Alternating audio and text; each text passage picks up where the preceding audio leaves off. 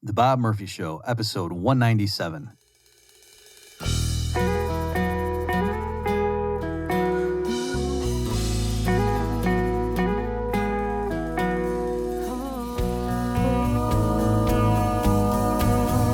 There's a tidal wave coming. What you gonna do? Get ready for another episode of The Bob Murphy Show, the podcast promoting free markets, free minds, and grateful souls. It's your source for commentary and interviews conducted by a Christian and economist. Now here's your host, Bob Murphy.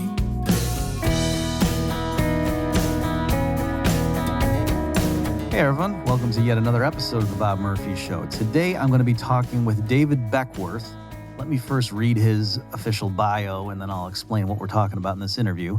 So David Beckworth is a senior research fellow at the Mercatus Center at George Mason University and a former international economist at the U.S. Department of the Treasury. He's the author of Boom and Bust Banking, The Causes and Cures of the Great Recession. His research focuses on monetary policy, and his work has been cited by the Wall Street Journal, Financial Times, New York Times, Bloomberg Businessweek, and The Economist. He has advised congressional staffers on monetary policy and has written for Barron's, Investors Business Daily, The New Republic, The Atlantic, and National Review. David is the host of the weekly Macro Musings podcast. So what we are talking about, to give you more background, so David is very familiar with the Austrian school and particularly their approach to monetary matters, and he's familiar with the sort of internecine battles we have on the free banking issue, and he's really big on NGDP targeting. And so, as you folks know, I don't often have someone on for the purpose of debating because I don't think this is the right format for that, or if it is, then we'll explicitly set it up that way, but it's rare.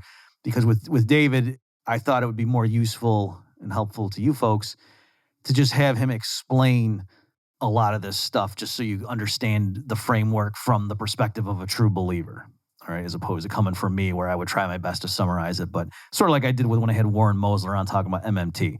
So to be clear, I am much closer to David Beckworth's views than I am to Warren Mosler's, but nonetheless, it's the same approach here where I just want to give him a chance to lay out his conception of these issues.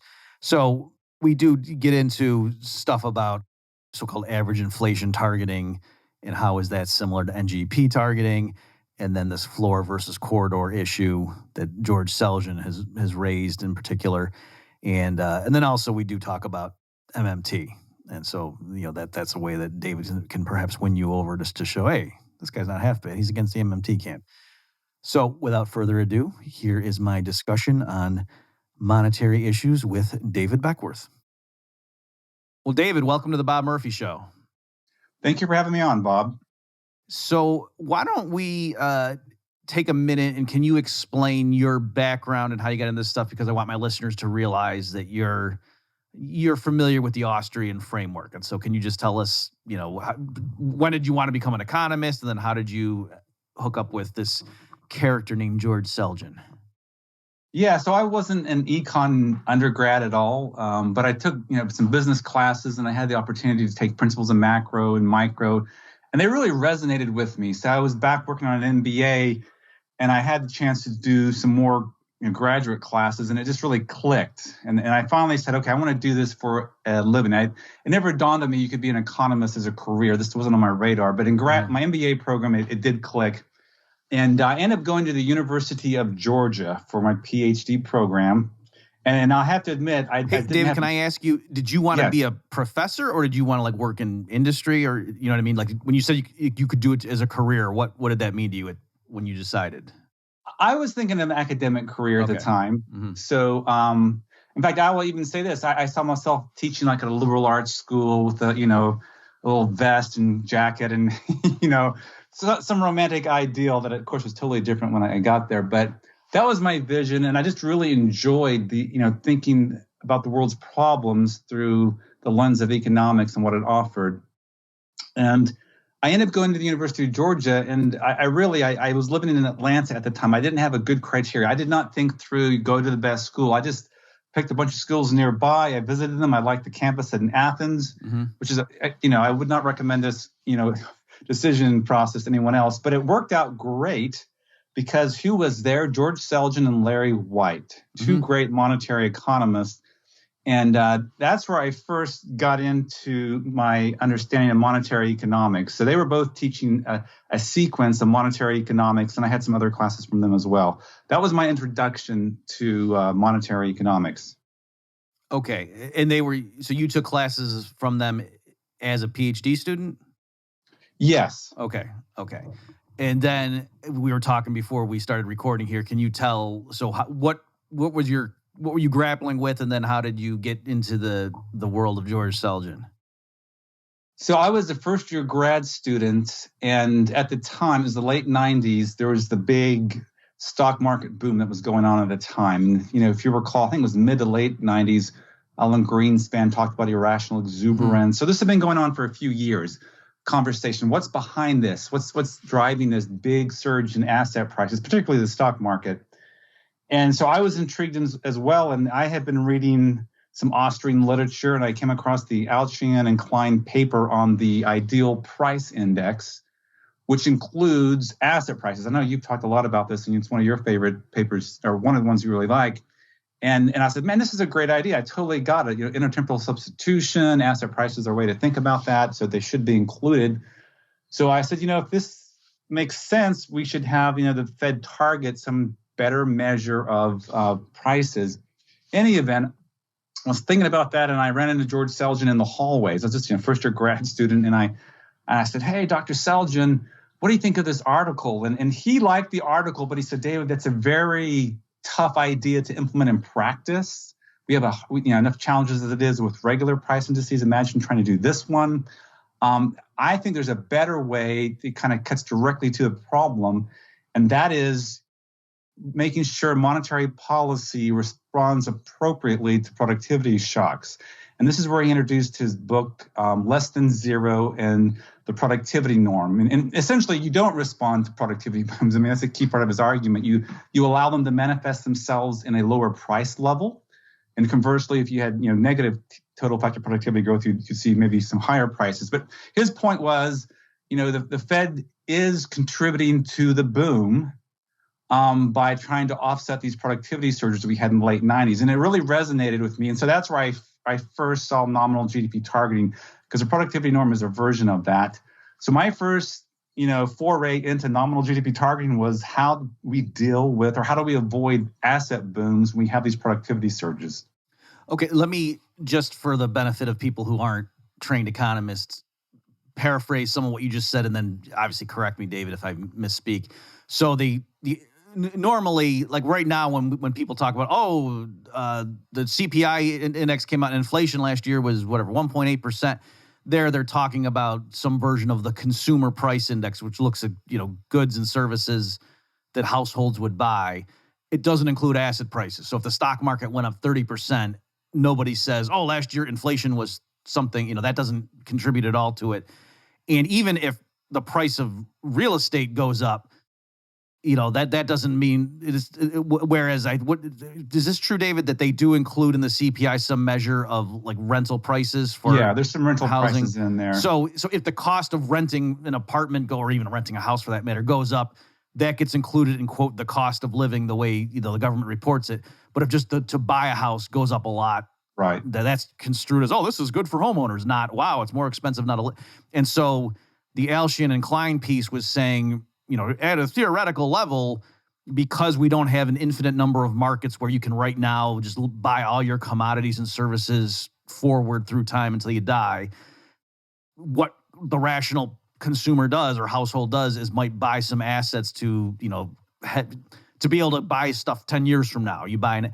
And so if everyone's doing that, rising asset prices should be, at least in principle, construed the same way as like if a can of tuna fish is more expensive at the grocery store, or it could be. And so to see is monetary policy running too hot, the fact that this stock market and real estate markets are booming could mean it is, whereas in the conventional way they were doing it, So then Selgin says, in theory that's right, but that's way too hard in practice. You don't want the Fed trying to prick asset bubbles because they think the stock market's going too high instead. And is this true that he said there's good deflation and bad deflation, that if the reason prices are falling is because everybody's a lot more productive and producing more stuff, so the same amount of dollars chasing more goods, and that's why prices are falling, that's totally fine. That's consistent with the healthy economy. Yep. And so, the deflation we're worried about, like in the 30s, it was an awful economy and people associate with prices falling, but that's not because everybody got so productive in the 30s. That was because policy was too tight. And I would argue Selgin's proposal and the productivity norm is a way to kind of avoid the problem in the first place. Mm-hmm. You think of the Auchian-Klein index, the horse is already out of the barn. Right. If you see this big boom, I mean, you're going to have to prick an asset price, and that's a lot of art, not much science to that. And so if you can prevent it from happening in the first place, I think that's a better path to take. Okay, great. And so maybe I don't want to focus on the NGDP targeting because I know we talked about some other things, but just since you brought it up and since that is such a huge thing, maybe can you just explain what that, like, first of all, what is NGDP? And then, like, what does it mean to target that? So NGDP, which I am known for, is nominal GDP. It's the dollar value of final goods and services produced in the economy, of course, in some period. So it's you can think of GDP, but not adjusted for inflation. And another way I like to think of it more broadly as it's the amount of dollar activity going on inside an economy, how much total spending. Mm-hmm. It's what we actually observe. We don't observe real GDP. That's a constructed measure. And so nominal GDP targeting says, look, try to stabilize that. Try to stabilize total spending. And so if you do that, you don't have to worry about all the micro problems. I mean, I don't want to get into all the arguments for doing it, but one simple illustration is if you focus on total spending, total money use, you can avoid all the hyper focus on the latest inflation numbers. Mm-hmm. Or what Treasury yields are doing.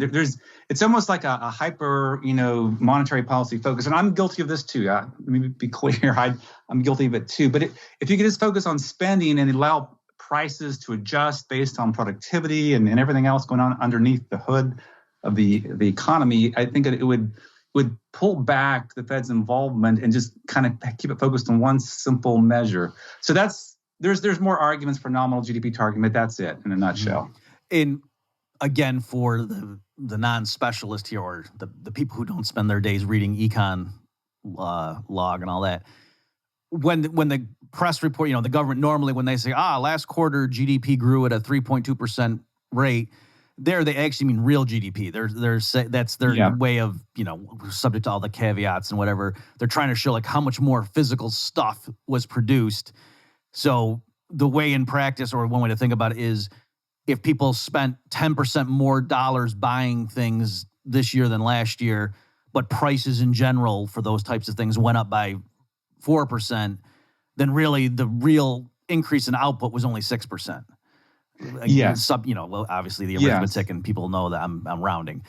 But you're saying rather than try to focus on the quote real increase, no, just look at the actual observed empirical, how much more spending on stuff, final goods and services. And it's nominal GDP targeting is a recognition that, there's only so much that we know. I mean, you would probably critique it even more, but, we don't know what's happening in real time. It's just there's a knowledge problem here, and we're kind of acknowledging that. Look, we just don't know what's happening to potential GDP at any point in time. So we're going to step back and given we have a Federal Reserve, this is what I would like to see done. Of course, it's a whole different story whether it ever happens. Okay. I'm going to call an audible, David. Before we said we would do the MMT thing first, but since we're talking about NGDP, maybe we should just go into the average inflation targeting since it's the same kind of train of thought. Okay, so folks, for the listeners, we're going to cover three things that David has recently been writing on and debating. Okay, so the first one is the Fed somewhat recently, and you fill in explain to us the exact timeline, but they announced formally that they're switching the way they're going to approach inflation targeting.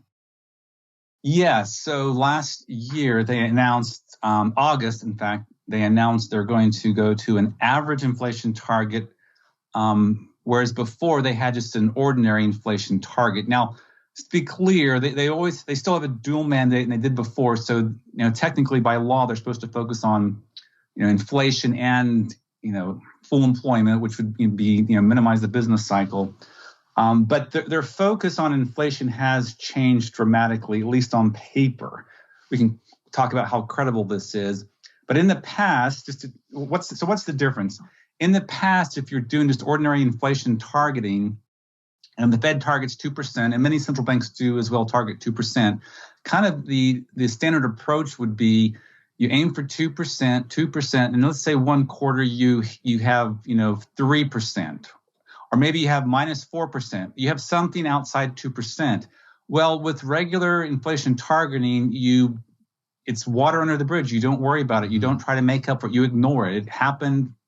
It's unfortunate, but you move on. With average inflation targeting, you're trying to correct for that miss. So let me do a simple example. You're doing 2%, 2%, 2%, and then you hit 0. So you're 2 percentage points short of your target, which means then in the next period, you got to hit your current 2% plus make up for the 2 that you missed. So if you wanted to do it all in 1 year, you'd have to have 4% inflation. Mm-hmm. And of course, vice versa if it's a negative number. And what this does is it really nails down a price level path. So you can imagine, just as another way of saying this, maybe this is getting a little too wonky, but a regular inflation target could be viewed as a random walk. Mm-hmm. One period, it jumps up, it goes down. And over time, you still hit 2% with a regular inflation target, but the price level path can be very different.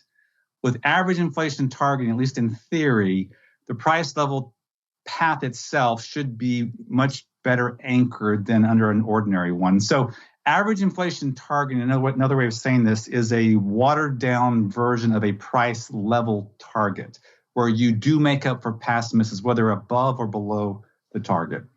Okay, great. Let me, as usual, say what you just said in different words to make sure the listeners get it.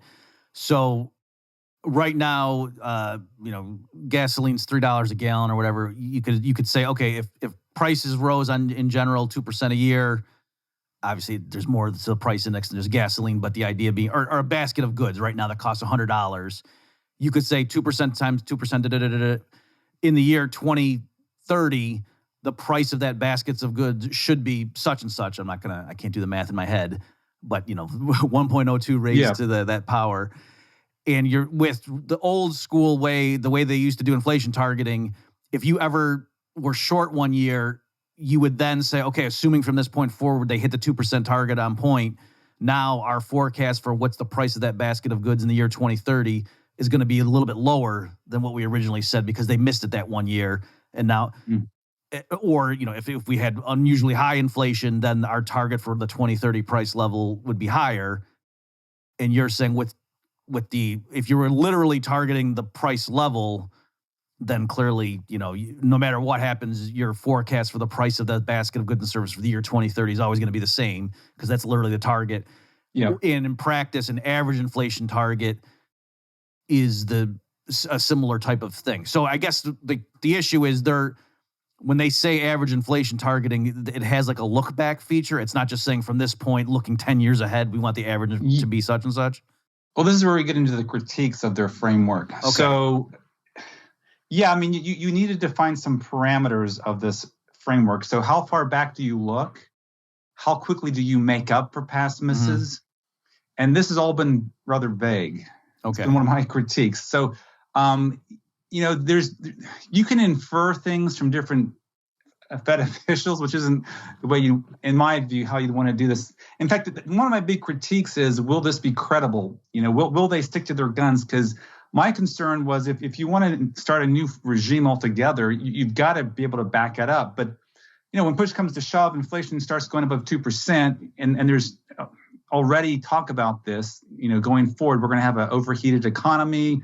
We're going to have a temporary, bounce above 2% at least.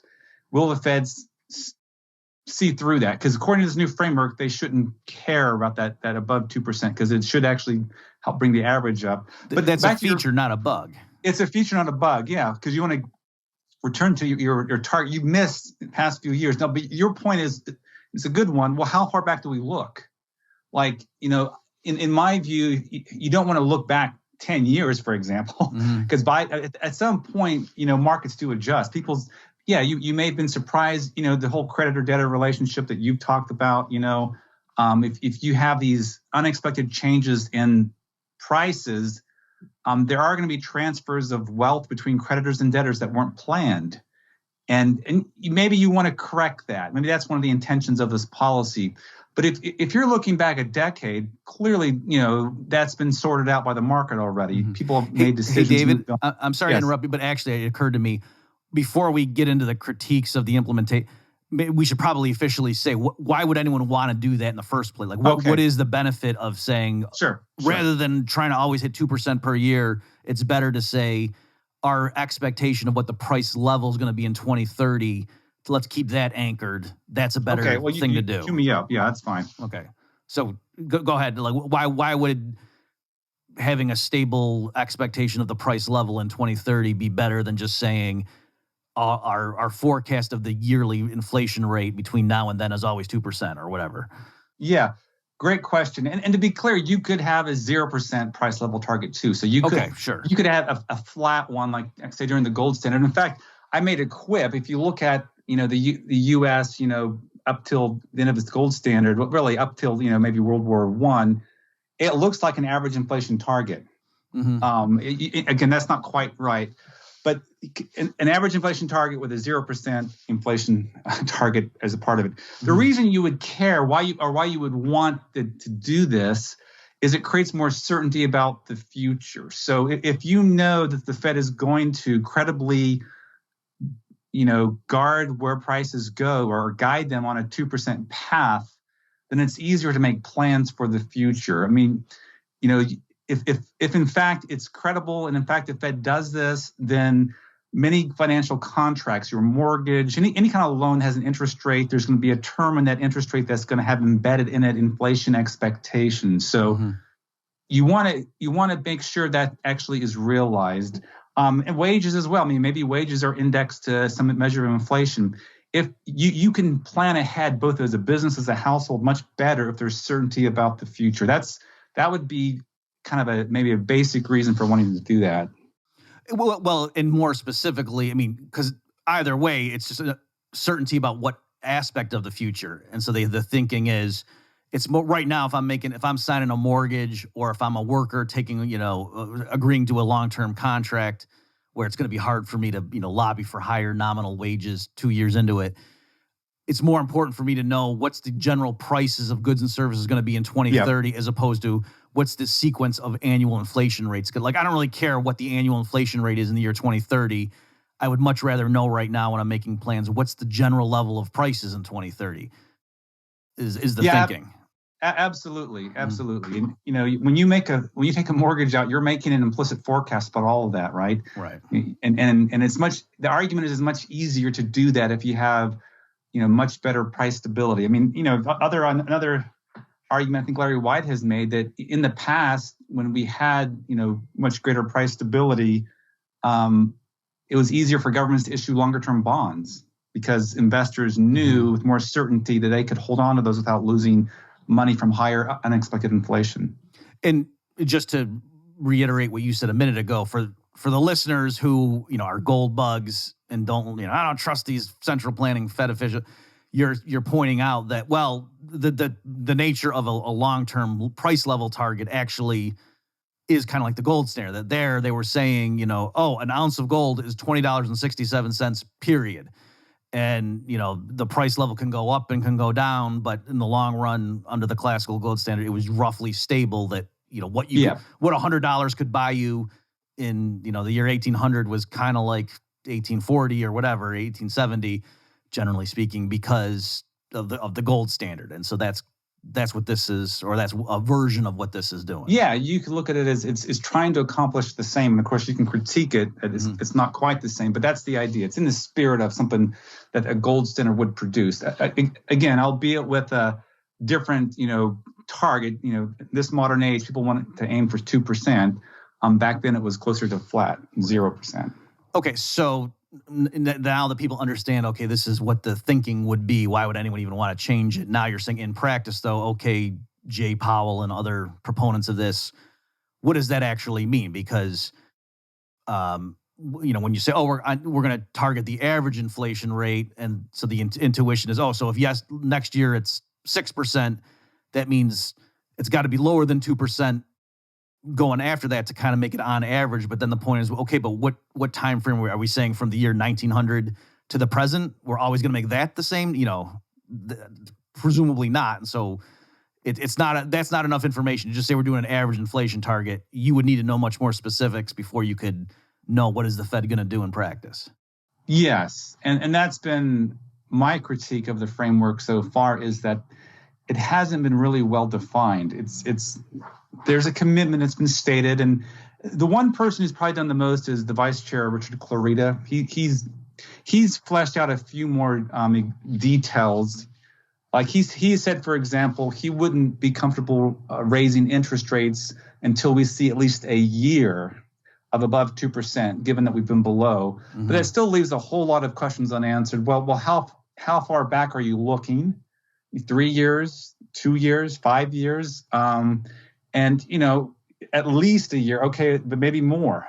So the parameters, I think, or the unknowns that would be nice to know to make this credible, at least in my view, is how far back do you look? And it can't be too far back, because at some point people's plans adjust. And then secondly, how aggressively are you going to make up for the past misses? Mm-hmm. And that's, it may be politically hard to do a real aggressive catch up, because you might see 4% inflation and people aren't used to that. So maybe you got to kind of pace it out over time. But I think it would be nice to see it laid out.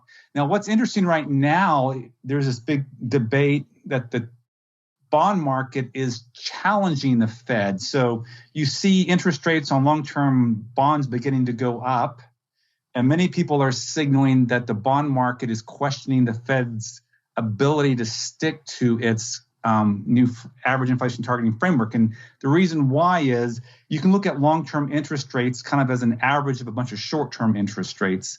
And the fact that they're going up, and they're going up in a manner that would imply the Fed's going to have to raise rates sooner than they currently say they are. So there's just lots of questions. It's not well defined. The bond market itself is questioning, the Fed's commitment to this. Mm-hmm. I guess to your point, my critique would be, let's define this better if you want to make it credible and to work. Okay, so let me just follow up there. So I think most of us know that long-term nominal yields on Treasuries have risen. And then what I didn't know, though, specifically, is you're saying if you figure out, okay, given that investors, now have pushed up the yield on whatever 10, 20-year Treasuries, that implies they must think short-term Treasuries between now and the next 10, 20 years are going to be higher than they currently are. And that is at odds with what the Fed is. So the Fed's doing two things. It's announcing this is what our inflation targeting regime is going to be like, but also here's our forecast of what we think short-term rates are going to be like going forward. And you're saying what the bond market's doing in practice right now is implying that investors do not think the Fed's going to be able to stick to those forecasted short-term targets. Yeah, to give you a concrete example, the Fed has said in its forecast that they have this, it's called the Summary of Economic Projections, 4 times a year it comes out with their meetings.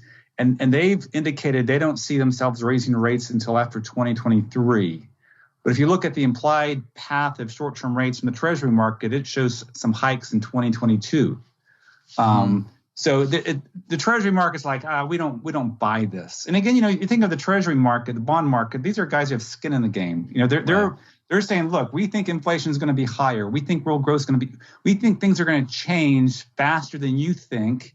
And you need to, maybe come on board with us. Now, the Fed can play this game with them for a while and, until things maybe get really ugly. But that's another, to me, it's another data point that some clarity would be really nice now to make it clear what the Fed intends to do. Let me ask you this. Strictly speaking, if the Fed were dutifully following its average inflation target, or any regime for that matter, are its own forecasts almost superfluous? Like technically, in other words, their forecasts aren't tying their hands, right? They're saying, no, what we're going to actually do, the way we're going to make decisions next year is according to this framework. Now, we on the side happen to predict that what our framework will lead us to do next year is such and such, but strictly speaking, are their forecasts like not particularly relevant, except just they might mislead people?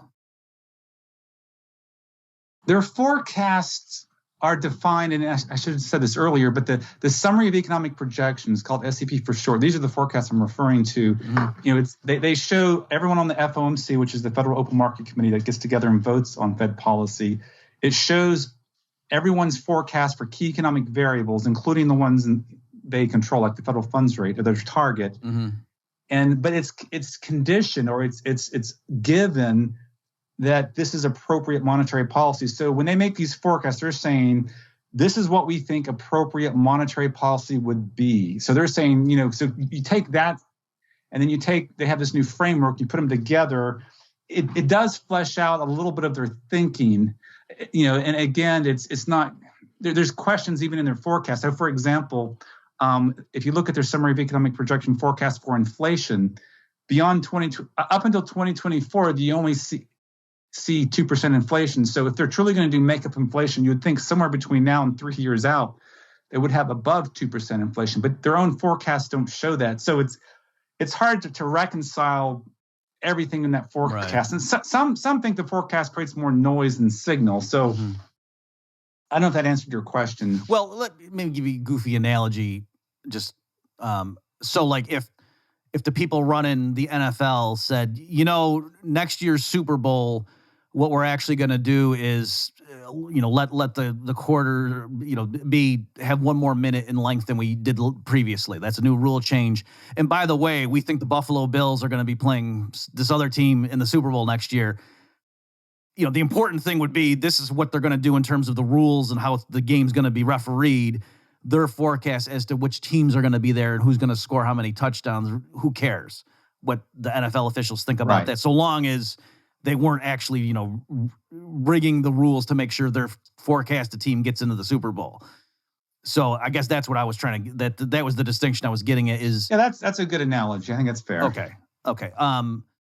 But you're right. What you just said, though, in response, that's curious. You're saying their own forecast shows they don't see higher than 2% inflation going forward. Yeah.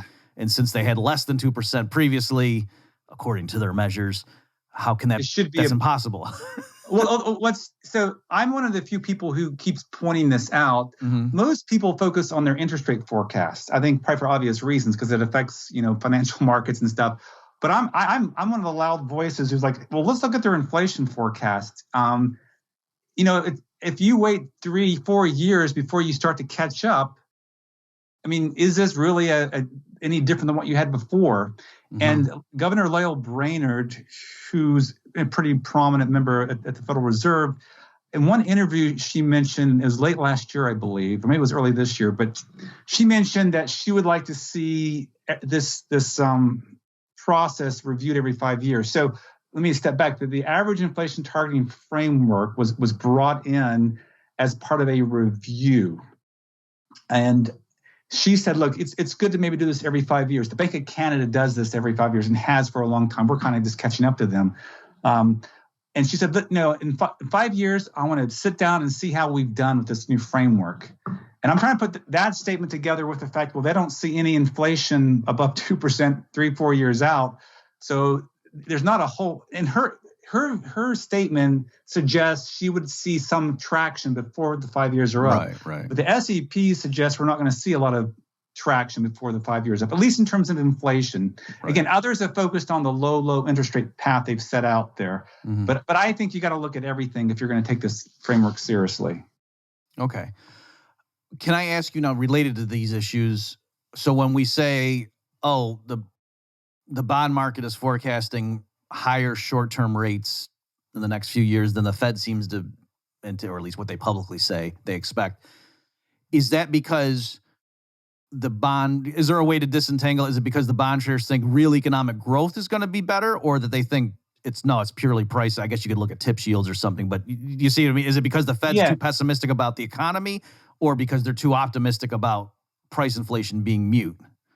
I think it's a bit of both. I think they see some inflation picking up, but they definitely see some growth as well. So I think the bond market is saying in general, you guys are being a little too modest in your forecast. Things are going to heat. If I can summarize crudely, the economy is going to heat up, and it's going to heat up probably more than you're thinking, and you will feel uncomfortable, and maybe public pressure will be upon you to do something, and you will increase interest rates before you think you'll have to. Okay. Why don't we move on just to make sure we have time to discuss each other. Sure. So another big topic, and I know Seljan, I think he has a whole booklet on this, is was it called Floored with an exclamation point or something? Yes. Yes. So this issue of a floor system versus a corridor system. So can you, with whatever level of detail you want to give it, again, remember, keep in mind some listeners might have no clue what these terms even mean. So kind of just stepping back, what we were talking about is a framework for the target, the conduct of monetary policy, what you're aiming to accomplish.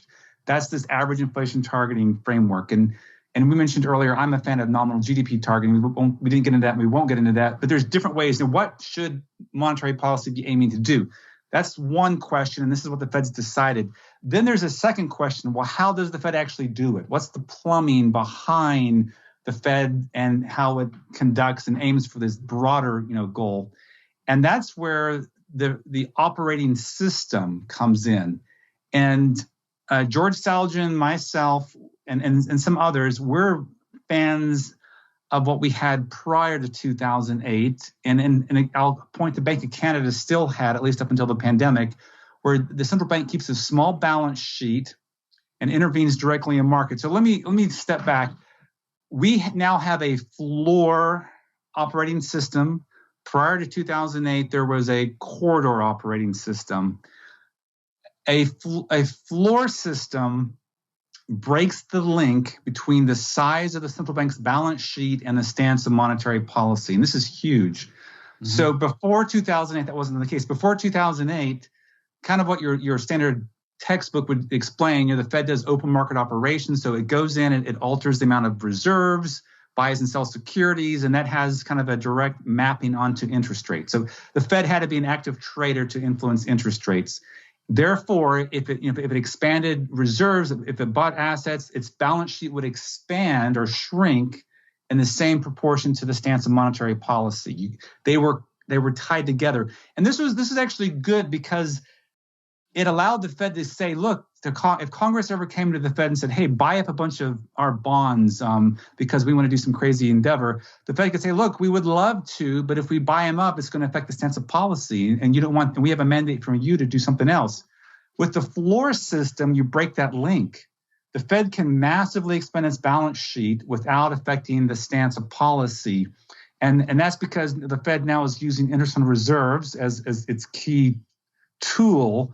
And so the Fed likes this, and other central banks like it, because if there's a crisis in banking, the Fed can inject lots of liquidity quickly to banks without affecting the interest rate that guides monetary policy.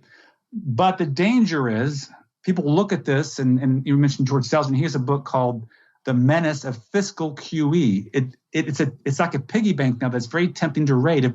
If the Fed can expand its balance sheet without affecting the stance of policy and inflation, at least in the short run, it becomes very attractive for Congress to try to ask it to do something in addition to monetary policy. Because why not? You won't affect the stance of policy. Mm-hmm. Now, I would say there is some limit to this. At some point, the Fed's balance sheet uses up all fiscal spare space or capacity, and you will generate inflation even with this approach. But it creates the illusion, and it takes fiscal policy away from Treasury and puts it on the balance sheet of the Fed if it's misused. Okay. As always, let me take that and try to do the reader's guide to David Beckworth. And I'm just being facetious, obviously. You're saying standard, but okay. So I think the most intuitive way I can, and this is kind of how I grasped what the distinction was. So in the fall of 2008, remember everybody, there was this ostensible crisis. Hank Paulson's getting down on one knee, begging Nancy Pelosi, we need to have a bailout of financial institutions. There's these toxic mortgage-backed securities. The world's collapsing in the financial sector, apparently. And so the Fed, but also what people forget is that in the summer of 2008, gasoline prices and oil was real expensive, right? And so there people actually, and I know this is something like Scott Sumner was, having a heart attack over, was people were worried about excessive price inflation when in his mind, no, monetary policy was turning to be the tightest since the 30s, the way he measures tightness. So what the Fed wanted to help the financial sector by like propping up the price of certain assets like mortgage-backed securities because they wanted to stop a fire sale, a chain reaction going on there. So on the one hand, the Fed wanted to come in and buy up assets and take it on the Fed's balance sheet. But like you're saying, conventional monetary policy, like the way we would teach it to undergrads, is, if the Fed wants to cut interest rates, what it does is it goes into the open market and buys assets. And in that process creates new reserves that go into the banking sector. Then the banks can make more loans and blah, blah, blah. And, because now there's the higher quantity supplied of credit, the price goes down, and that's why it cuts interest rates. Yeah. And vice versa. If the Fed wants to raise rates, it sells off assets from its balance sheet and sucks reserves out. Okay. So the Fed didn't want to cut interest rates at that moment because they were still concerned about the price inflation, from the oil and everything, commodities in the summer. So the Fed wanted to buy a bunch of assets, but not cut interest rates. And since normally those two things are like the same lever, that you push down on one, the other one goes up, and vice versa. What they introduced there, they accelerated something they had been given permission, and that's in October of 2008. They brought in paying interest on reserves. So now the Fed told the banks, if you keep your reserves parked with us rather than lending them out to customers, we'll pay you interest, and which was a new policy for the Fed at that point. And so that was what the divorce was. That's how they split it. So now the Fed can buy assets that creates more reserves, but they keep it bottled up, as it were. So interest rates don't need to plummet, because if the Fed's telling banks, we'll pay you whatever, 75 basis points, banks are not going to lend out money for less than that because they've got it guaranteed from so now the Fed can set a floor, and this is the connection with floor versus corridor. So now the Fed can set an absolute floor. Interest rates cannot go below this, because if we're guaranteeing this, why wouldn't people just keep their money parked with us? And now we can have the balance sheet be as big as we want and don't need to worry about interest rates getting pushed lower than we want because we've got this new tool. Yeah, that's correct. And it also implies the Fed's balance sheet is going to be bigger, just on average. Mm-hmm. The Fed's going to have what they call an ample amount of reserves. And so this, I mentioned the political economy concern it raises. The Fed's balance sheet now is tempting as a piggy bank for Congress to raid. But it also creates another issue, and that is so many reserves are created under the floor system. And I know all your listeners are probably aware of this because you bring this up. The size of the Fed's balance sheet is large, quite a bit larger, which means banks are stuffed full of reserves. What the flip side of that is, though, that banks aren't, the federal funds market is basically dead, and overnight money markets, unsecured money markets, are just eviscerated. There's a large overnight secured market, repo trading, but the old unsecured overnight market, that's largely gone, and that served a useful purpose. It led to price discovery. If banks were lending to each other on an unsecured basis, they would carefully monitor each other. So the Fed's footprint is larger because of this system, and its balance sheet is more tempting because of this system. Can you and I'm not saying this merely for the sake of the listener. I've forgotten myself. So I get what a floor system means, that the Fed can just set a floor in interest rates by paying reserves at that level. Remind me, the corridor means it's not just one level. It's like it's a band. So in a well-designed corridor system, so the one we had before 2008 actually wasn't a well-designed corridor system. It was technically called an asymmetric one. There's actually a band of interest rate ranges even before 2008.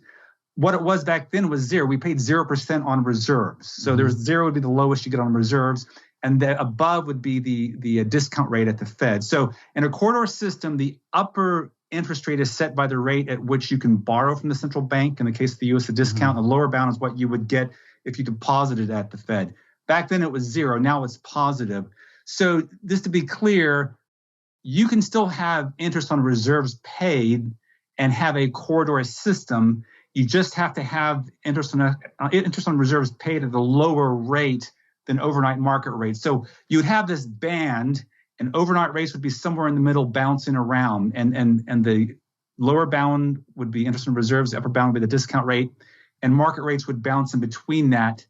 And so you would have healthy money markets again that are unsecured. Bank of Canada is a good example. They probably have the best one in advanced economies. Okay, so in the old days, what we mean by a corridor system is that the Fed has a target for the federal funds rate, and that's the rate at which banks lend each other reserves on an overnight basis that are unsecured. Like one bank, it wants to make a bunch of loans because they have good applicants, and the credit department says, "Yep, these guys are good, borrow a good credit score. Let's make these mortgages or whatever."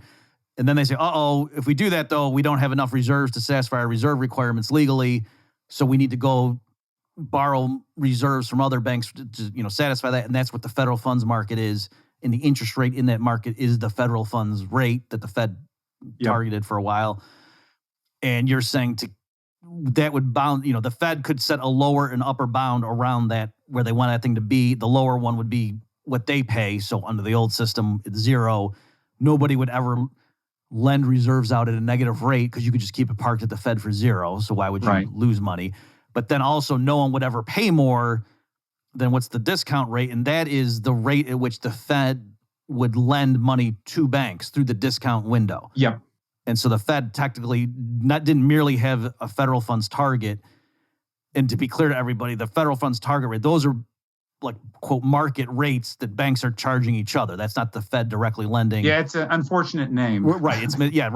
Whereas the discount window is if a bank goes hat in hand to the Fed itself and says, we need to borrow reserves, and the Fed says, okay, we're going to charge you such and such percent on this loan, that's what the discount is. So again, if the Fed's standing ready and willing to lend at a certain rate, no bank would pay higher than that because you would just get it from the Fed. So I guess my question is, even right now, though, there is a discount. Why isn't it a corridor system? Is it because where they're setting that level? Yeah, that's a great question. Let me just go back to another point you made. You can think of a corridor system that the top and bottom as administrated rates, government-controlled rates, and then the Fed funds is a market rate, and we ideally want to go that path. So why isn't it now? Well, a corridor system will actually automatically collapse into a floor system if you just jack up the number of reserves, because what happens is overnight rates will come down to that bottom level, the floor of the corridor. This is where the labels get confusing. But interest on reserves right now is very close to overnight rates. If you look at repo rates, other overnight federal funds rates, they're all LIBOR rates, they're all very close to where interest on reserves would be. That's what turns a corridor system into a floor system. And so, you still have the structure there that you could turn into a corridor system, but the Fed has effectively aligned interest on reserves rate with overnight market rates. If the Fed were to lower interest on reserves below overnight market rates, significantly, that it became worthwhile to go out and find people in the marketplace, then you could trigger and go back to a corridor system. Now, that would be a very complicated process for the Fed today because there's just so many reserves. They would have to drain a lot of reserves out of the system before they could return. But let me give an example. The Bank of Canada, in the great financial crisis of 2007 to 2009, as I mentioned, they had a corridor system, but they temporarily went to a floor system. They expanded their balance sheet. Rates all crashed down at zero. Like another way of thinking about this, when you're at the zero lower bound, these floor systems kind of automatically come into being. And the Canadian Central Bank expanded its balance sheet, but afterwards they quickly drained their balance sheet and went back to a corridor system. So they showed it's possible. Now I know Canada's not maybe the best compare. It's not fair. We have all these Byzantine regulations in the U.S. that make it hard for banks to dislodge some of their reserves. They have to keep it for regulatory purposes. But I always looked at Canada as this ideal for a lot of things: their banking system, their monetary policy, and they're a great place to look for what a corridor system can be. Okay, so is this correct that, strictly speaking, right now, the discount rate, namely the rate that the Fed charges banks if they want to directly borrow reserves from the Fed, is higher than the federal funds rate? Yes. So it's still theoretically a core, but that's not really a binding constraint. It's not a binding constraint, right. So that's what we mean when we say it's really a floor system, not a okay.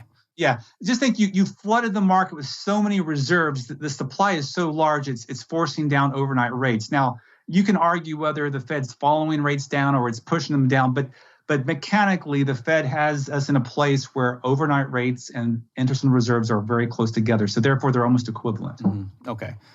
You just said something that I think is interesting. I'm curious for your thoughts. I know from like 2009, 2010, people on the right typically were complaining, "Oh, look at this crazy inflation from the Fed, and look at they're pushing interest rates down to zero, and they're killing, savers and da da da. Why would you save anything? Interest rates are basically there."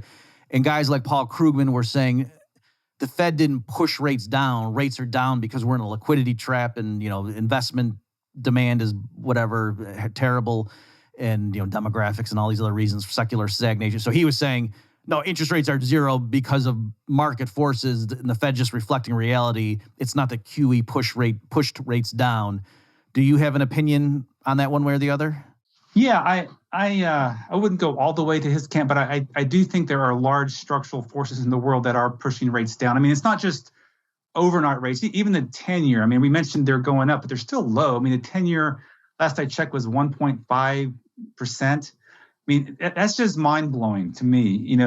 When you go 10 years out, you're getting well beyond most of the Fed's influence. The Fed does buy some long-term treasuries, but 20 years out, when you get well beyond it, you're really getting more into long-term growth and inflation expectations. And I think the demographics is a big part of the story. We are an aging planet. I think one of the biggest challenges our economy faces over the next few decades is our declining fertility rate.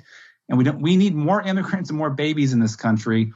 Otherwise, we're going to see low interest rates for a while. Now, I would probably, I'm being a little, modest here. It's a global phenomenon. The advanced world, fertility rates are down. So I do think that's huge.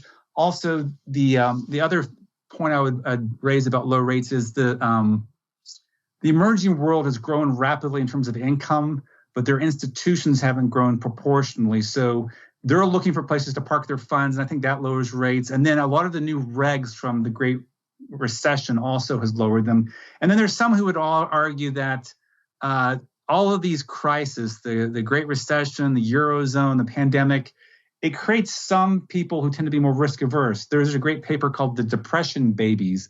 People who lived through the Great Depression as children, they tended to be much more risk averse in their outlook. And some argue we're creating a generation of that over the past decade, and they're going to be save more, lower rates. So I think there's some truth to the fact that rates are low due to demographics, but clearly the Fed has a hand in the overnight rate market structure. So I do think he makes a few points, although I wouldn't go all the way over. I think it's striking if you look today, for example, at the 10-year Treasury. It's just over 1.5. It's had a hard time getting to 1.6. And look at what just happened. We passed the $1.9 trillion fiscal relief package, and there's talk of more on the way. Our debt to GDP ratio has gone, I think in 2000 it was 35%. Now we're over 100%, just over 100, and CBO is projecting up to 200. Despite all of these developments, long-term treasury yields still are low by historical considerations, even though we talked about earlier they're up a bit. And it's kind of a mind-blowing phenomenon. And the way I've come to reconcile this, to make sense of it, is that the U.S. and other advanced economies to a lesser extent, we're playing the role of like a banker to the world. The world is looking for these safe stores of value. And if you look at the balance sheet of the U.S. economy, so a lot of foreigners buy our treasuries, but they also buy commercial paper, they buy repos, they buy bank accounts. They're looking for places to park their fund that's safe and liquid. And you can argue about all the problems we have, but the U.S. financial market is the largest, and it's the prettiest pig in the pig pen, so to speak. And there's reasons why people are looking for these demographics. I do think demographics is an important role. The world is aging, and I think this is one of the biggest challenges we have going forward for our country and other advanced economies. The second reason they're looking for safe stores of value would be many emerging markets. Their incomes have grown rapidly, but their institutions haven't kept up. So they look for other places to park funds for retirement, ends up being U.S. Treasuries. Also, new regulations coming out of the great financial crisis. I kind of alluded to this earlier in the corridor discussion, the operating system discussion. That's required banks and firms to hold more treasuries as well as reserves. And then finally, some argue that there's a generation of scarred individuals who've experienced the Great Recession, the Eurozone crisis, the pandemic, and they're going to be more risk averse moving forward. And all those things are contributing to this appetite for safe stores of value. And so I do think that's playing some role in keeping rates low. And that's why it's hard for the Fed to raise rates too. If you recall, Bob, back in 2018, the Fed was on a path to raise rates, and the economy started to weaken, and so they felt forced. And this is the case where the bond market was saying you need to cut rates, and they backed down. So I do think we're in a different situation slightly than maybe even back in the simple days of when the world was not experiencing all these developments. Can I ask you this? So I'll be honest, and people know I lost inflation bets to Brian Kaplan and David Henderson on this. If you had told me in 2005, here's what the Fed's going to do over the next 30 years, and here's how much debt the Treasury is going to pile up, and as of 2021, what do you predict 10-year yields will be? My number would have been a lot higher than what it is right now. Oh, absolutely. And would yours have been isn't this? Yeah. In fact, I have a piece online when I first got to Mercatus. I predicted 10-year Treasury yield to be up to 4.5% soon. So I didn't appreciate the scope of again, what I think is this demand for safe stores of value. And again, it's if you look at the U.S. in particular. In fact, let me say there's this joke I was once told. It was a joke, but I take it more seriously now. The U.S. is really good at exporting one thing: debt.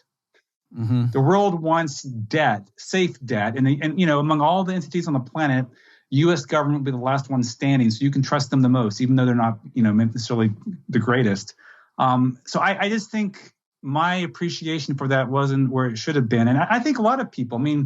I think most people didn't appreciate where we would be, like you said. And the way I've reconciled this and made peace with it is there are big structural forces out there that are weighing on all of our economies.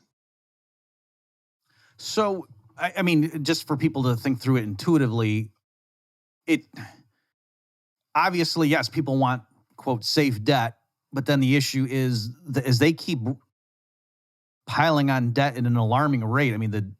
The increase in the federal debt, the last number I looked up from the numbers I had was from third quarter 2019 through third quarter 2020 was a $4.2 trillion increase in the debt just in one 12-month period. Yeah, striking. And so at some point, though, when do people say, yes, I would love safe debt, but treasuries, I'm not sure that's very safe anymore. It's a great question. And so here's how I've reconciled that tension. Because I've written on this, I have some papers on this. If you look at the amount of liquid dollar-denominated assets that the U.S. exports to the world, again, treasuries is part of it, but people also buy there's a spectrum of liquidity. So, commercial paper is liquid, but it's not as safe as treasuries. Bank accounts, they're pretty safe. All kinds, money market funds. There's all kinds of different assets you look at. But if you go to what used to be called the flow of funds or the U.S. financial account now, and look at what we owe the rest of the world, a disproportionate amount of our liabilities to the world are highly liquid assets. If you add all those up, and then if you go out and add on top of that, the Bank for International Settlements keeps track of dollar-denominated liabilities that are created outside the U.S. There's about 13 trillion. We're looking at a number over $30 trillion in dollar-denominated assets held outside the U.S. And what's fascinating, there's this literature that shows whenever there's a crisis, that number grows. Mm-hmm. So like this year, 2000, people are dumping their own relatively safe assets at home or their own, peso denominated debt, and they're racing to get more treasuries or something like that, some substitute. So that just increases the demand. It lowers our interest rates. It makes it easy. It enables Congress to do more. In fact, there's this Triffin dilemma, which is kind of nicely summarizes this. The world wants the reserve currency's assets more than we need it domestically in terms of issuing debt. So here's my point. If you have 30 plus trillion, getting close to $40 trillion in dollar denominated assets held by the world, if they reach the point where they want to run the dollar, run on U.S. debt, where do they run to? If you're going to run on a bank, usually you have a good substitute, right? Mm-hmm. So where could we suddenly come up with something that large? Maybe it's I'm sure the crypto fan, crypto will be the substitute, or maybe it's gold, but it's just hard to see a mass exodus out of something so large. And so I look at this as kind of we're in this path dependent. We're stuck in an equilibrium that's going to be hard to get out of. And in my view, if you ask, well, what would it take to get to that point? Two far-fetched scenarios. One, the U.S. breaks up. Something happens to the U.S. And two, aliens from another planet with a bigger economy and better assets than we have, lands and we make contact. So it's. You anticipated my joke. I was going to say if the Vulcans show up and offer us dilithium crystals as a medium of exchange, then the dollar's done for. We're screwed. Yeah, we're screwed. But other than that, I think, and this, again, to me, it makes sense of why we see such a huge run-up in debt, and yet long-term yields have not, the 10-year Treasury yield is a benchmark global interest rate. And yet, and you look around the world, other advanced economies, Europe has even lower rates than we do. Now, again, some of that can be traced to their monetary policy, but in my mind, you can't attribute it all at the feet of the central banks. And even if you did, even if you said it was all central banks, at some point, central banks themselves, they can, when they buy up these assets, they're effectively expanding their balance sheet. They're taking fiscal capacity or fiscal space off, the Treasury's balance sheet and putting it on theirs. At some point, if they buy too much, it's going to cause inflation and things to go up. And it hasn't. And so, you have to wrestle with those facts. And my reconciliation is we're in a dollar dominance equilibrium that's just hard to break. Mm-hmm. Okay, well, I think, especially looking at the clock and now with the way the conversation has gone, it's a good segue into this last general topic. So the MMT people, and I've been grappling with them on Twitter at least, primarily, they'll say, who cares, Murphy, that the debt went up $4.2 trillion? That's an arbitrary accounting measure. I don't care about that because, and you don't have to worry about, eventually, there's crowding out and interest rates will go up. No, the Fed just sets interest rates. And the dollars are, the dollars doesn't force the Fed to do anything. That's just a thing it issues. It's like a token or a score in a football game. It's not that the referees of the game only have a limited number of points to distribute. And so if you don't want interest rates to go up, just tell the Fed don't raise interest rates. Problem solved. Well, you guys are making this more complicated than it needs to be. So how do you feel about that? The Fed can just set interest rates. End of story. I've had that conversation as well. And, it comes down to what's your theory of interest rates. And there's, in kind of mainstream macro, there's two theories. There's what I'd call the short run money theory, or what the Keynes liquidity preference theory, that in the short run, central banks do influence interest rates in the money markets. But then the long run view, the savings investment, desired savings, desired investment, which I think you and your listeners are familiar with, that is what ultimately shapes the long run path of interest rates. And so my understanding has always been, the Fed can tinker in the short run on the margins, but over the long run, there's realities they have to conform to if they care about price stability. If you care about price stability, then the fundamentals ultimately will drive what the Fed is doing. And what the MMTers and others, I'd say post-Keynesians in general, argue is that, and maybe this is the way I can reconcile their view with our view, they would argue that price stability mandate is a policy choice. So yeah, I mean, sure, the Fed could go in and try to pin every interest rate on the Treasury yield curve, and maybe it could for a while, but at some point it would cause inflation to go up. Now, and a good example of this would have been the 1951 Fed Treasury Accord. The reason the Fed broke from the Treasury, it had been supporting Treasury purchases from World War II up to the Korean War, and eventually prices began to go up, inflation began to go up, and the Fed says we don't want that. And it took some effort to break apart. And so if you care about price stability, then there is you could have zero interest rates across the entire yield curve. The Fed could pin rates all the way out to 10 years. At some point, that it would generate inflation. And I guess the issue to now, going back to our previous discussion, is I guess we just haven't hit that point. I mean, and what the MMTers, they see the past decade or two and say, hey, we can exploit this. We've got more fiscal space than we thought. We can pin rates longer than we thought. Yield curve control, which is something the Fed has discussed, would be a version of this. Mm-hmm. I'm not excited about that at all. I think it creates a whole other host of problems. But I believe the standard theories of interest rates still hold, that in the long run, fundamentals determine where real rates will go. And if you care about price stability, you've got to respond to them. Okay, so just mechanically, just for people to think through what would happen and like how to reconcile what both sides are saying here. So investors at some point, let's say they start thinking, I realize the Treasury is saying we're going to pay, we're going to give you, if I lend them $1,000 today and they're telling me they're going to give me 1% interest every year for the next 5 years, I don't trust. I think they might default, for one thing. So I need them to promise me a higher interest rate, because I don't even know if I'm getting my money back. And so, there's that element. And also, as I start getting more concerned about what's the price level going to be like 5 years from now, I'm getting more and more concerned that I don't know when, but between now and 5 years from now, I could see prices really starting to rise rapidly. And once the genie's out of the bottle, I think it's going to rip for a bit. And so, no, I need more than 1% a year. I need 8% a year to make me willing to give them $1,000 right now and wait 5 years for it. And if the Fed says, no, absolutely not, we can't let yields on 5-year treasuries go to 8%, we stand prepared to buy those bonds to keep the yields at 1.3%. Ultimately, every 5-year or whatever the relevant maturity treasury on earth, the Fed would buy it, because no private investor would want to hold it at such a low yield.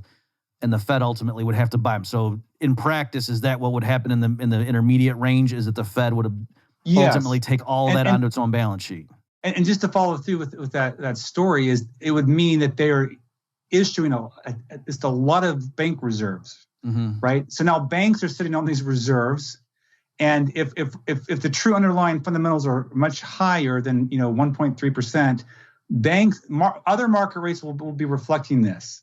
And so banks will be looking at places to invest their funds. They may, if the Fed doesn't want them to do that because that will generate inflation, they're going to have to jack up the interest rate on interest on reserves. So they're in a bind. Either they're going to have to reward the banks to hold more reserves by increasing the interest rate on reserves, but then you're going to violate that low peg. So at some point, when you use up all the fiscal space, you can only run so far from this problem. And maybe the problem is, again, fiscal space is bigger than we thought it was, but at some point you will face higher inflation. Okay. And again, to reconcile the two, they're both within their own frameworks saying true things. It's just, I think a lot of us who are critical of the MMT think the general public doesn't fully get the problem. So I think the MMT people would say, right, that's what we've been saying from day one. The problem is not, can we afford this, or is Uncle Sam broke, or where are we going to get the money from? We created it electronically. Duh, that's where we get the money from. There's no constraint on how many dollars. Yes, if we hit real resource constraints, once we hit full employment, once real GDP equals potential GDP or higher, prices start rising. And so what you guys are pointing out is, no, if we pin interest rates and that doesn't accord with the fundamentals, we'll see runaway price inflation. That's what we MMT people have been saying all along. The constraint is inflation, not, affordability, or, do we have the money to pay for the Green New Deal? First of all, do you think that is kind of what they would say? I think that's fair. And then another element to this is you and I would take a more quantity theoretic view of inflation, that money is ultimately driving inflation, or is that how often we spend money is driving inflation. And therefore, the solution would be to deal with it head on, pull back the amount of money in creation, do something about that. MMTers are post-Keynesians, and post-Keynesians have a different view of inflation. They view it's a power struggle between labor and capital. And so for them, the solution to higher inflation is wage and price controls.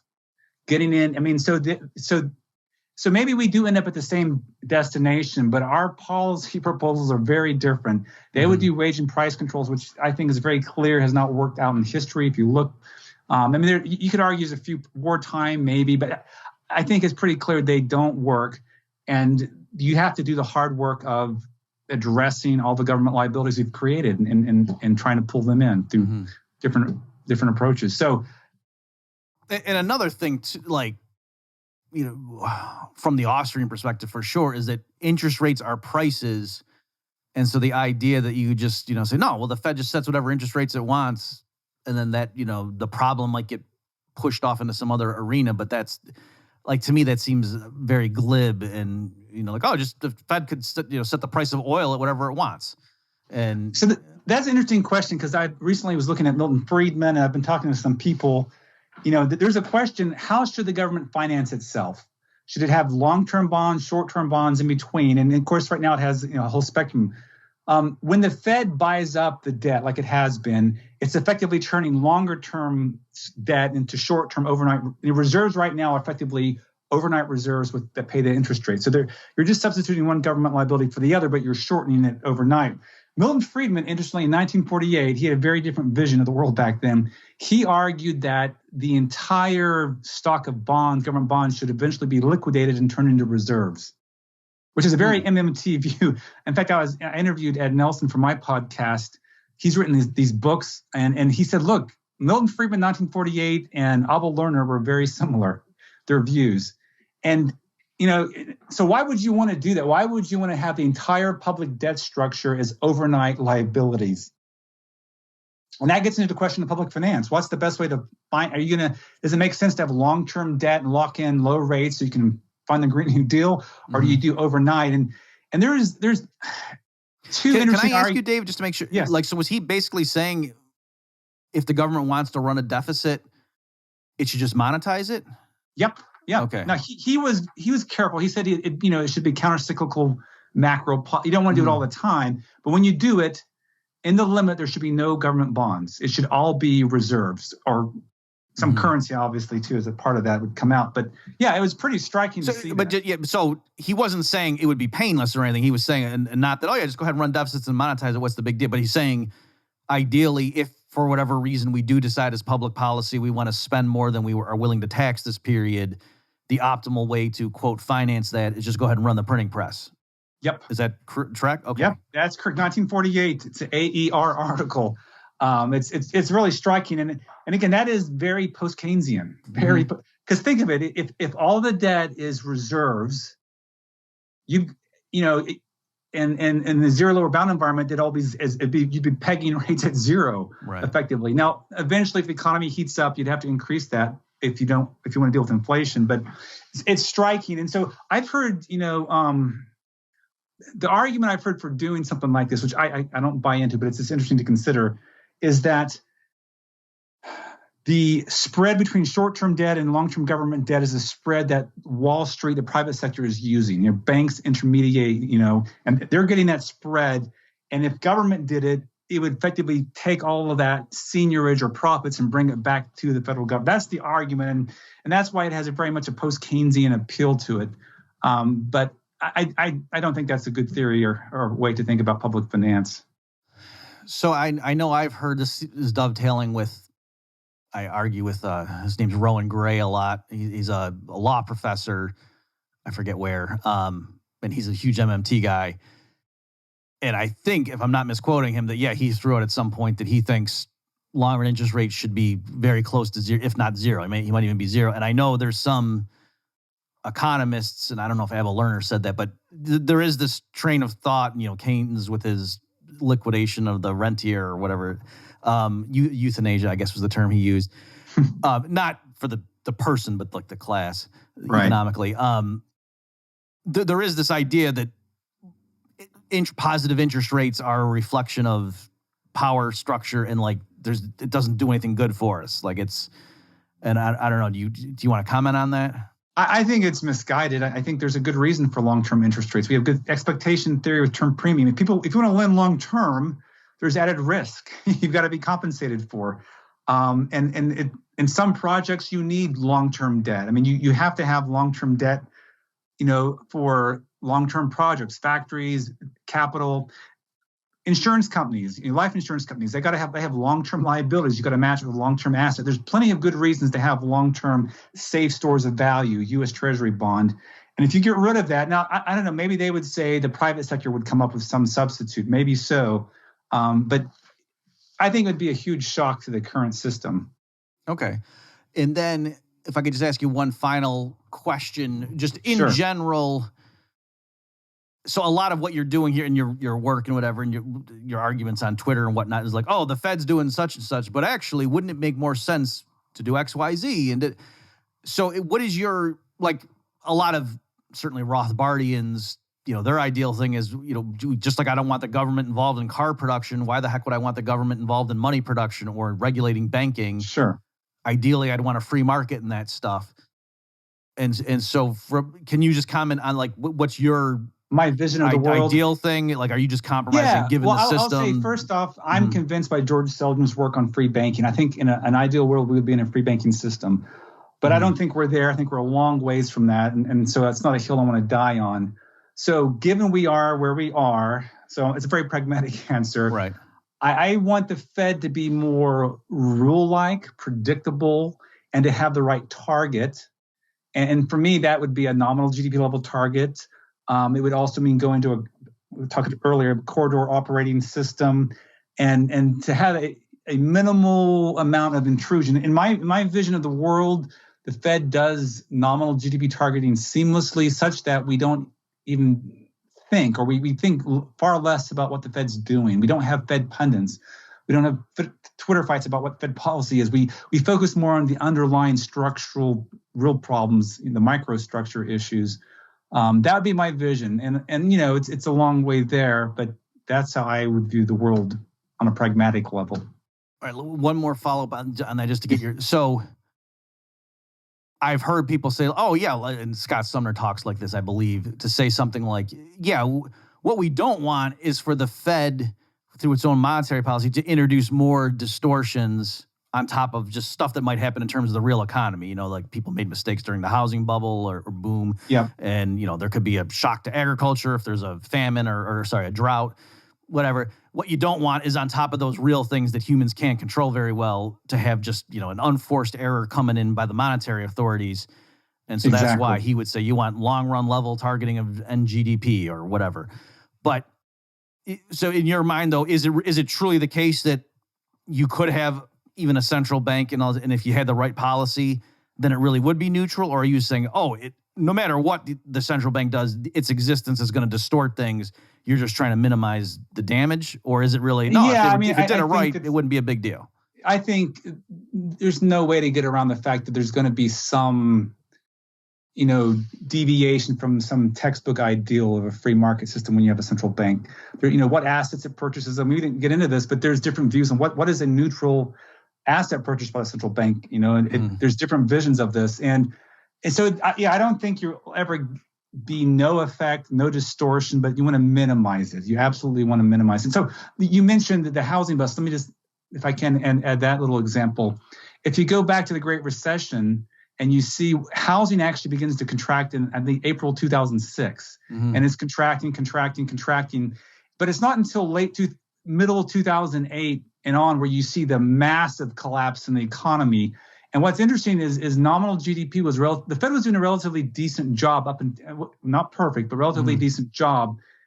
And so I would argue that's the kind of world you if you have sectoral problems, they have to be worked out, sometimes painfully. But the overall economy, you want to keep it stable. Something happened in 2008 that turned maybe a garden variety recession into a great recession, and that was a major monetary policy error. We want to avoid those. Okay. And you think so? What is are you an NGDP level targeting guy? Is that your? Yeah, I'm a level targeter. I think for the reason it leads to better risk sharing between creditors and debtors and less financial dislocations. And do you have a preference as to is the level implying a 0% path, or is that not so much important, just that there is a level path? That is a long conversation, Bob. Okay. I would. That was unfair to foisting you in the last second. Well, no, I mean, it's a great question. So here's an easy answer, but you'd have to flesh it out to really get to the heart of this. I would have nominal GDP grow at a rate equal to the expected growth rate of all the factor inputs. This is a version of George Selden's productivity norm, but that to me is like the ideal. But I think in practice, I would aim, and in fact, I have something up called a nominal GDP gap. And what it is, it's a forecast of the public via, forecasters, if you want to, it's a consensus forecast of where they think nominal GDP will go. And so my pragmatic answer to your question is we should aim to hit where the market thinks nominal GDP is going, because that's where contracts were based. That's where leases are signed. And you want to meet those, you want to guide that, but you want to meet them as well. So you'd have to do something probably a little more, practical. You wouldn't want to jump into the deep end of a productivity norm. You'd want to, tip your toes in the shallow end of nominal GDP targeting first. Okay, and so once we hang up, like you can send me something on that, like if people want to read like what your actual preferred. Yeah. Okay. All right, so why don't we, thank you, we'll stop there. So folks, go to bobmurphyshow.com/197, and I'll have a bunch of links to the stuff David and I have talked about. My guest has been David Beckworth. David, thanks so much for your time. Rob, it's been a pleasure. Thank you. You've just experienced another episode of The Bob Murphy Show, the podcast promoting free markets, free minds, and grateful souls. For more information and to subscribe to this podcast, visit bobmurphyshow.com.